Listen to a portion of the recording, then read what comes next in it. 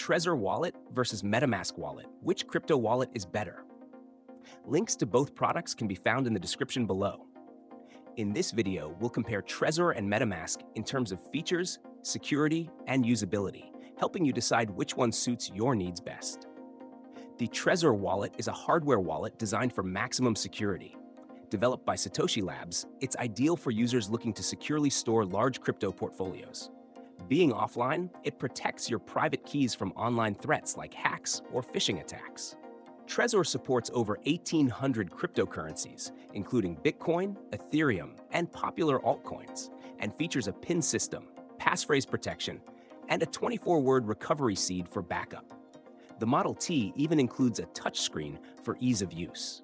However, since it's a physical device, managing your assets requires connecting it to your computer or phone, which might feel cumbersome for users who need constant access. In contrast, MetaMask is a hot wallet focused on Ethereum and Ethereum-based tokens like ERC20 and NFTs.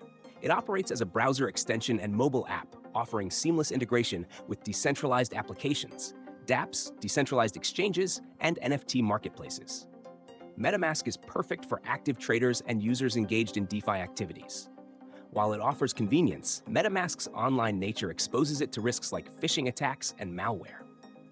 To mitigate these risks, MetaMask allows integration with hardware wallets, including Trezor, for added security.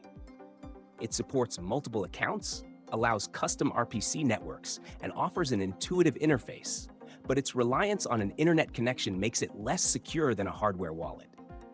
If your main concern is security and you're managing long-term investments, the Trezor wallet is the better option.